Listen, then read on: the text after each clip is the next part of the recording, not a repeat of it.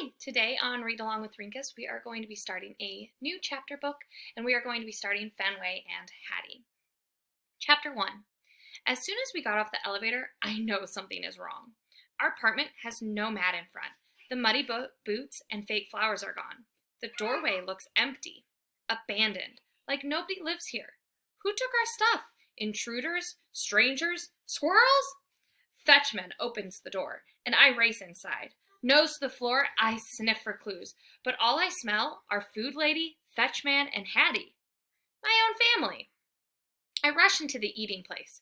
Apparently, Food Lady is not aware that things are missing. She gives me a quick pat, then sighs, like she has a big job to do. She's completely focused on a pile of boxes. Packages! My tail goes nuts. I stick my snout in the closet box and begin rooting around. But it smells boring, like old teacups, not new and exciting, like a package. Fenway, Food Lady scolds. That's human for you're in trouble. My ears droop and I back away. I was only doing my job. Packages must be inspected. Sorry. I had to have a visitor join us. So, they must be inspected. What if they're hiding something dangerous or delicious?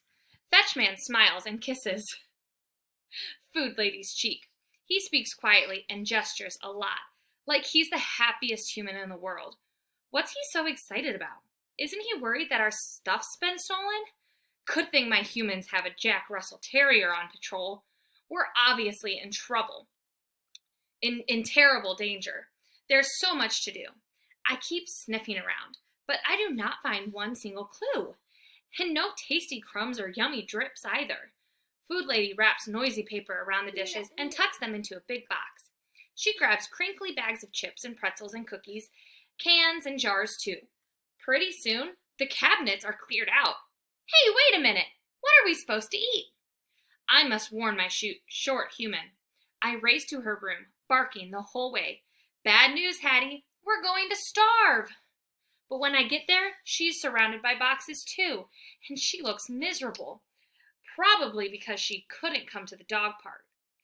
Hattie loves playing ball and chase as much as I do, even though I have terrible news. She forgets how sad she is when she sees me. Fenway, she sings in her sweet voice. That means here's a treat. Hooray, hooray, I bark, blasting through the door. That's my Hattie, always thinking of me. I scamper over a box and hurl myself at her legs. I can hardly wait. Aw, she says with a giggle, reaching into her pocket. The treat sails into my mouth. Chomp! Wowie! That hits the spot. Hattie pats my head and gazes into my eyes, her face back to being sad, like that was the very last treat. That's what I was saying, Hattie. We've been wiped out, I bark. Probably by squirrels. Her shoulders sink with the horrible realization. I nuzzle her ankle. Don't worry, your protector is here. She must be feeling worse than I thought, because her dark eyes go right to the way up high shelf. She climbs onto the bed and reaches for the fuzzy toy that used to be a bear, but is now only the upper half, with one arm. Uh-oh. That means something scary is happening, like a stormy night with rain and boom kabooms. Hattie pulls the used-to-be bear off the high shelf. She clutches it to her chest. She is scared. Good thing I'm here to cheer her up. As she's stepping down, I snatch the used-to-be bear from her arms. I zip her on my bed and fly over a box. Hattie's on my tail laughing. Hey, she says, reaching out her arms. I'm just beyond her grasp. I'm hopping through a pile of shoes when I stumble over something hard. Ouch! My bedtime hairbrush. What's it doing on the floor? Sensing opportunity, Hattie lunges. Drop it, she shouts in a voice that sounds anything but angry. She's fast, but I'm faster. I spring onto the bed and I bury my nose in the rumpled blankets. They smell like mint and vanilla, just like she does. Hattie flops down beside me, smiling. She takes the used-to-be bear and grabs me tight. Best buddies, she coos. She kisses my brown paw, then my white paw. She showers my neck with kisses, our favorite snuggle game. I slobber her cheek as she giggles. She's the best short human ever. Food Lady appears in the doorway, one hand on her hip, the other pointing at the boxes. Hattie, she scolds. Hattie's smile disappears. As she bolts up, I hop off her chest, and she smells worried. I know how she feels. I wait for Food Lady to start yelling in a bossy voice, but instead, the words I hear are Hattie's. She seems anxious. She picks up the long jump rope that she brings to the place where short humans with backpacks go, and she shows Food Lady a card. I catch a whiff of hardened frosting from the time a pack of short humans invaded, and I warned Hattie that her treats were on fire. As Hattie goes on, Food Lady's angry face gets softer and softer until it's turned to sad. Oh, baby, she says in a soothing tone. She sits next to us on the bed. Hattie leans into her arm. Food Lady strokes Hattie's bushy hair. I nuzzle in under Food Lady's hand. I could use a few strokes too, you know, I whimper. Right behind this ear. Food Lady rocks us gently the way she did when Hattie's knee was hurt. She gives us both a pat and gets up. Okay? She asks. Hattie nods and sniffles a few times. Okay, she says, but I know she's still worried. Hattie's sad and scared and packing things. It reminds me of something, but what? If only I could think of it. When Food Lady's gone, Hattie tosses the jump rope into a box. Then clothes, whoosh, and shoes, clunk.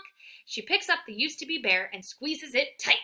And then I remember what this reminds me of. It was right before Hattie disappeared for 2 whole nights, and something terrible must have happened to her, because when she finally came back, her clothes smelled horrible, like burnt marshmallows and squirrels. Oh no, could it be happening again? I knew something was wrong. Hattie is leaving. Hattie is leaving. I spring up and run in circles. She can't go, at least not without her loyal dog. Hey, if I stick by her side, she'll have to take me with her. Wowie, it's the best idea ever. As Hattie turns from box to box, I'm on her like fur. When she closes the last one, she heads for the door, and I beat her to it. She leaps over me, and I chase her to the eating place. Food Lady's standing at the counter, licking her fingers. She looks up and holds out a white bag that smells like donuts. Breakfast, she calls. Yippee, I bark, racing to the Food Lady's feet. Hattie squeals and then grabs the bag and crinkles it open. I leap on her legs and lick my chops. Hattie bites into a squishy donut. A lovely glob of goo drops right into my mouth. Vanilla. I swallow quickly. More, please, I bark, jumping on her legs again. Hattie giggles. But when Food Lady crosses her arms, she stops. Right then, a rattling sound at the front door. Intruders? I charge into the lounging place as the door swings open. I'm ready to pounce. It's Fetchman. How? He was gone? I spring up and paw his knees. I missed you so much, I bark. Is it playtime? But he's all business, and he's not alone. A large group of strangers follows him in. One after another, they come through the door, reeking of coffee and sweat. A suspicious combination. And Fetchman is not making one move to stop them. Hey, who are you? Why are you here? I bark, lunging toward them, but stopping a safe distance from the first stranger. He is a lot bigger than Fetchman. Shh, Fetchman says. He grabs me by the collar and pulls me to the far side of the room. Watch out, I bark. These guys are probably dangerous. As if to prove my point, the very large strangers begin lifting the box. One of them takes the flashing screen right off the wall. Can't you see they're stealing our stuff? I bark, wiggling and kicking. Let me go. I must be free to do my job. But my warnings aren't doing one bit of good. Fetchman and Food Lady just stand there, watching these evil humans loot everything. Let me at 'em. Seriously, I can take these guys. I pull and I twist. I'm desperate to get loose. I'm about to choke myself when Fetchman deposits me into the eating place. Can't you see what's happening? I bark. If you ever needed a dog to protect you, it's now. Unfazed, Fetchman snaps the gate across the doorway, and I'm trapped. What are you doing? I bark. Are you nuts? I jump my highest, but I'm no match for the gate. I can't keep this up for long. My legs are getting tired, and my bark is wearing out. Danger is happening right here in our home, and all I can do is watch. And worst of all, I got separated from Hattie when I was supposed to be sticking by her side. There goes the plan. And that is the end of chapter 1. Hope you guys enjoyed my little guest here with some food on her face still.